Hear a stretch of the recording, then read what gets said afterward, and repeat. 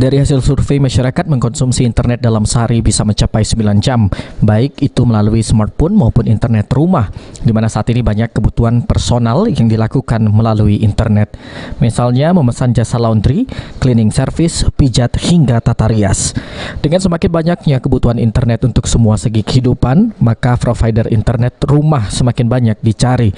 Saat ini sudah cukup banyak perusahaan provider penyedia internet di rumah dengan kecepatan yang maksimal sesuai kebutuhan pelanggan.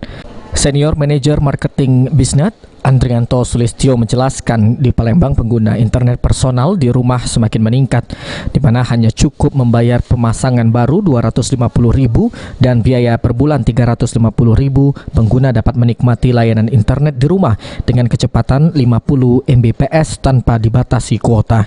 Jika dikalkulasi dengan menggunakan paket internet mobile melalui smartphone, maka akan lebih murah dengan menggunakan internet rumah yang dapat dinikmati 5-10 orang.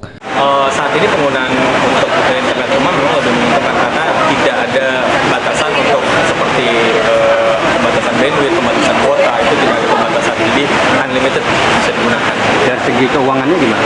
Kalau dari segi keuangan lebih hemat ya, karena kuotanya tidak kita batasi, jadi penggunaan bandwidthnya itu bisa lebih bebas dan tanpa harus terbatas dengan kuota. Sejauh ini kecenderungan masyarakat berubah dari mobile ke internet rumah gimana? Saat ini memang untuk penggunaan secara mobile memang mungkin masih banyak untuk yang mereka pakai di luar ya.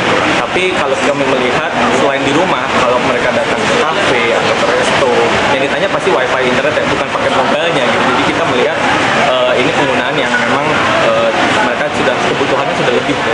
Julius Lomban Gaul, PAL TV.